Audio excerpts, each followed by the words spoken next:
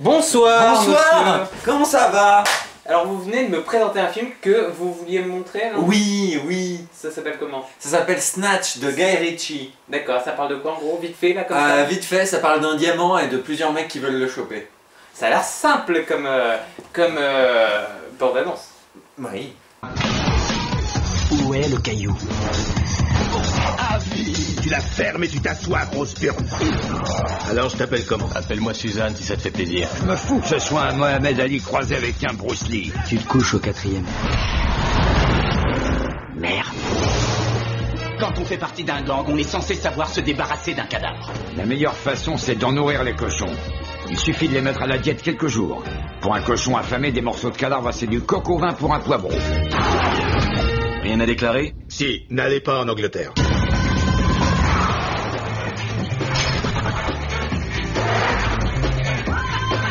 Alors, Cette bande-annonce, bah je sais pas, moi je me dis, bah tiens, pourquoi pas, regardons le film. la bande-annonce. Si, elle vient de passer, je l'ai vue. Bon alors d'accord, alors admettons alors. Si elle vient de passer, je l'ai forcément vue. Commence. Non, Avance, monsieur. Eh bien ce film, moi je l'aime beaucoup pour un tas de raisons. Déjà je le trouve particulièrement drôle, Oui. dans sa mise en scène, dans ses dialogues qui sont très drôles. Oui. Les personnages sont très drôles, sont hauts en couleur comme on pourrait dire. Les Mais la photographie n'est pas très haute en couleur. Les situations sont cocasses. La photographie, je trouve, a son charme. Mais elle aussi. n'est pas haute en couleur. Non, elle n'est pas haute en couleur, mais elle a son charme.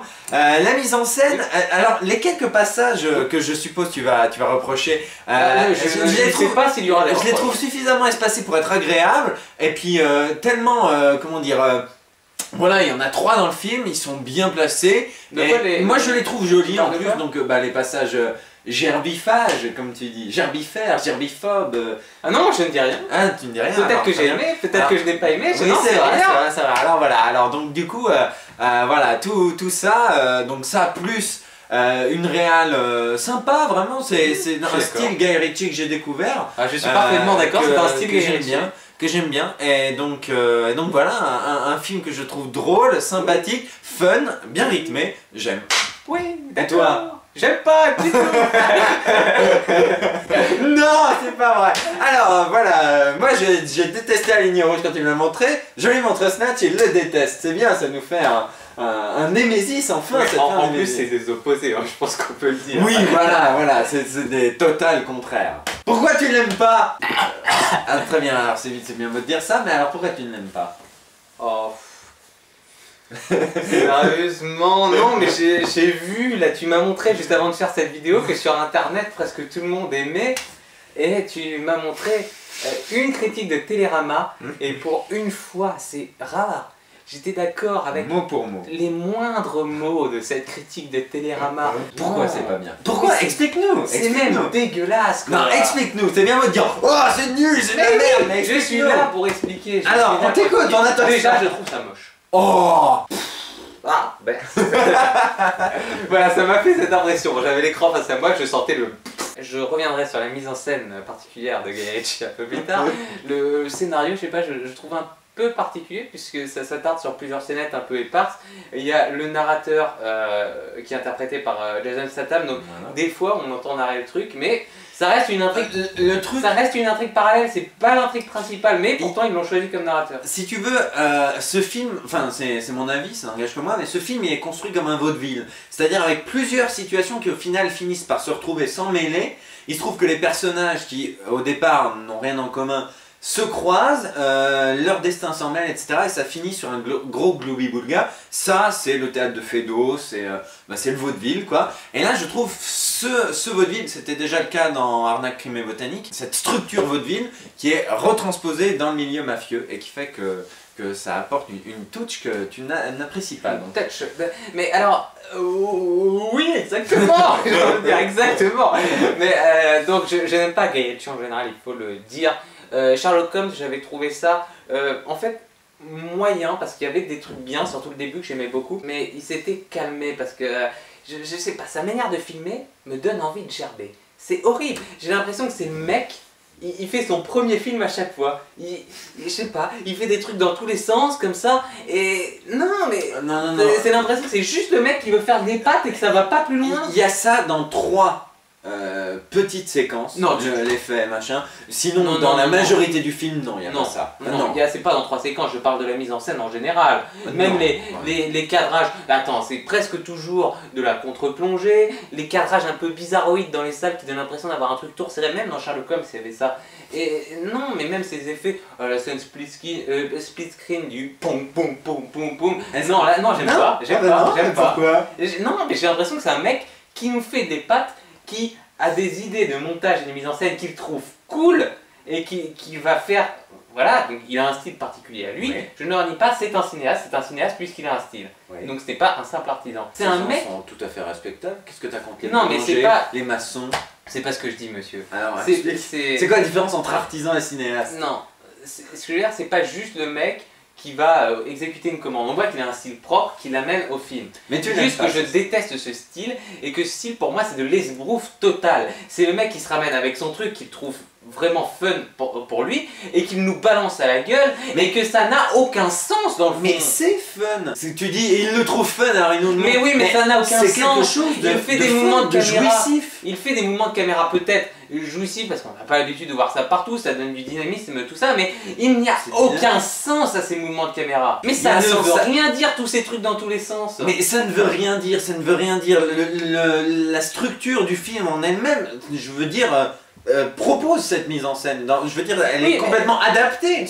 Non, je suis pas d'accord parce que Si. sur la deuxième partie ça se calme et non, ça se calme sur la deuxième partie, c'est à mon avis évident. Parce que c'est le moment où les destins s'entrechoquent, donc il faut un minimum de clarté pour rester Je le dis comme dans ça, la je cohérence. préfère la deuxième partie. Elle me paraît beaucoup plus pas posée, mais beaucoup plus simple dans sa structure et moins bordélique. Après, voilà, j'ai toujours l'impression que même dans le scénario, c'est je vais faire des bons mots toutes les 2 minutes quoi. Il écrit ses répliques, il essaye d'écrire des répliques qui tuent à chaque ligne de son scénar. Mais les répliques sont bonnes, les dialogues sont bons, je suis désolé. Il y a peut-être des trucs qui marchent, et je ne le nierai pas, il y a des trucs qui marchent, et surtout Brad Pitt. Parce que Brad Pitt a une capacité, c'est à relever le niveau de n'importe quel film dans lequel il joue. Voilà. Et il y a des trucs qui marchent dans ce film, mais dans l'ensemble, je déteste qu'un cinéaste ne sache pas se poser et se ramène à faire des répliques qui tuent toutes les 2 secondes. Ça m'énerve. Mon cerveau ne peut pas suivre une réplique qui suit par seconde, une réplique qui tue par seconde. Mon cerveau ne peut pas suivre. Tu ne ça. peux pas apprécier un film au dialogue trop bon en fait. C'est tout le temps, c'est tout le temps, c'est tout le temps. Les Dans dialogues ce sont corps- croustillants, c'est génial. Je sais que Moi c'est- j'aime vraiment beaucoup c'est sorti. cette manière d'articuler les Il y a des dialogues. trucs aussi, il y a des trucs lourds aussi quand même.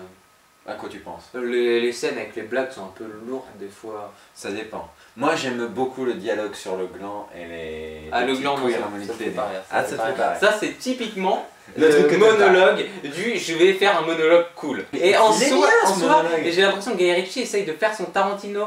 Vraiment. Bah, Tarantino, justement. il écrit des monologues, il écrit des textes cool, mais Oui. ça a l'air de couler de source. Alors Guy Ritchie, on a l'impression que ça lui demande un effort exceptionnel. C'est bien, je veux dire, il y a ces dialogues, la manière dont ils sont articulés, justement, ça fait un peu théâtre, ça fait un peu écrit longtemps à l'avance, mais ça fait partie J'ai l'impression de du voir charme. un mec qui essaye de faire son Tarantino et qui n'y arrive pas. Et Je suis pas d'accord. je Moi trouve j'aime que bien Tarantino était très bien avant, mais que maintenant ça baisse un petit peu de régime, même si c'est pas encore catastrophique.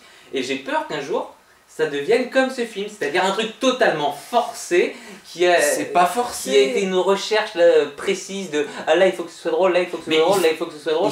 Il Et faut ça ne marche pas. avec Attends, moi. tu sous-entends qu'il n'y a jamais de travail derrière un dialoguiste?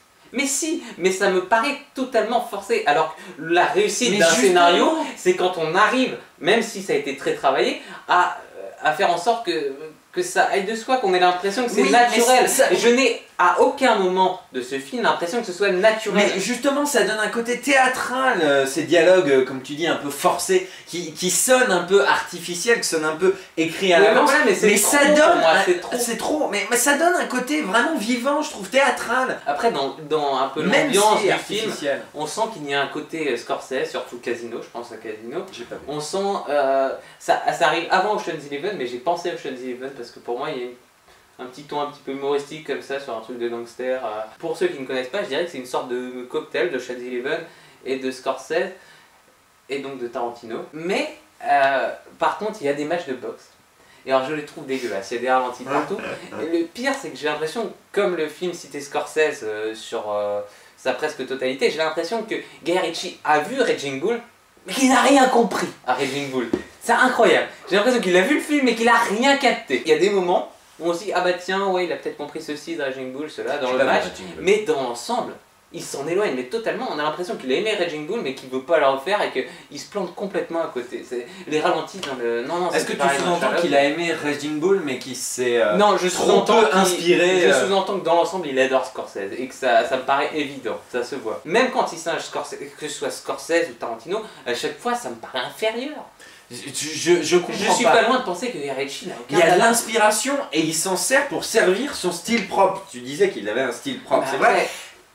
On s'inspire forcément d'autres cinéastes. Il y a des trucs drôles, mais il a un style. Son style, c'est aussi un peu de pomper. Un Tarantino. Mais il y a des. Je sais pas, le scénario n'amène rien. C'est drôle par moment, je trouve ça lourd la plupart du temps, mais dans le fond, il n'y a pas grand chose non plus. Mais dans un vaudeville, est-ce qu'il y a. Parce que peut-être t'es pas un grand fan de théâtre, voilà.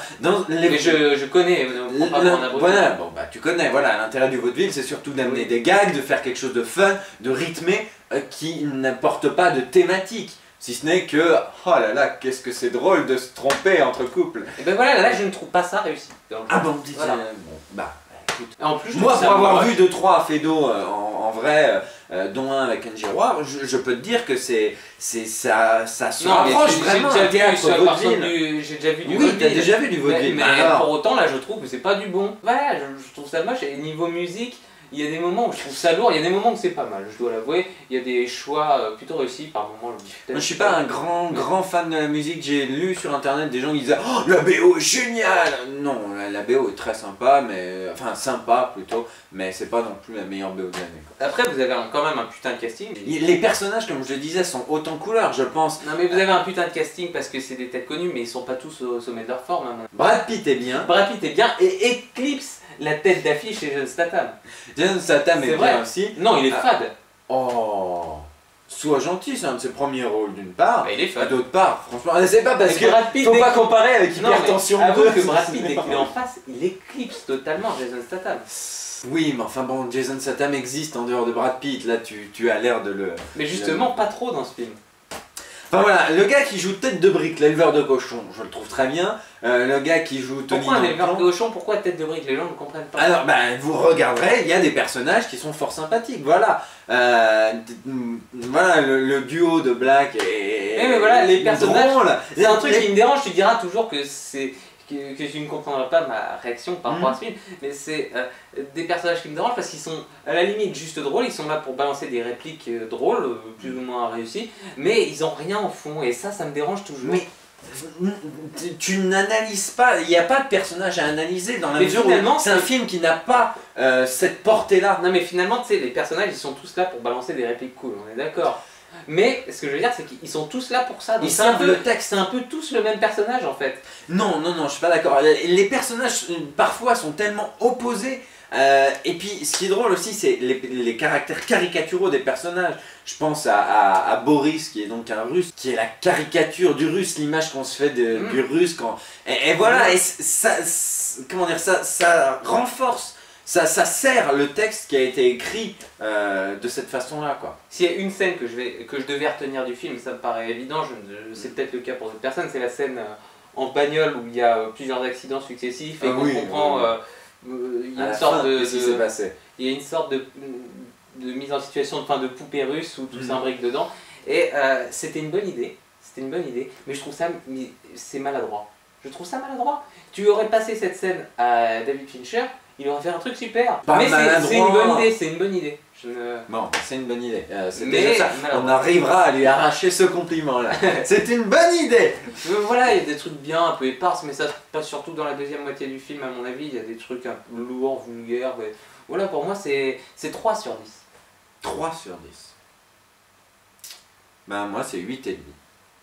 8,5, putain.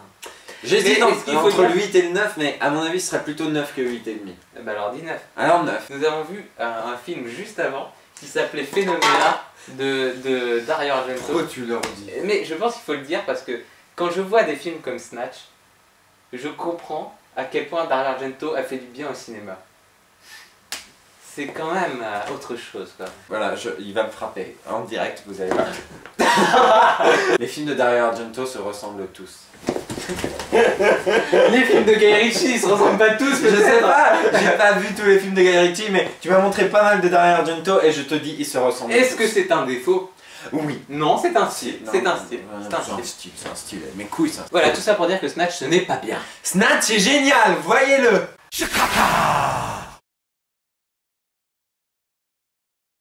Voilà, je profite que Guillaume soit parti pour vous dire que le doublage français de Snatch est une tuerie intergalactique. Dans la mesure où on a un casting de fou furieux, à savoir Jean-Pierre Moulin, la voix française de Jack Nicholson, Lucien Jean-Baptiste, Jean-Pierre Michael qui est donc la voix de Brad Pitt, et qui a fait un travail de fou furieux concernant le parler argot des manouches.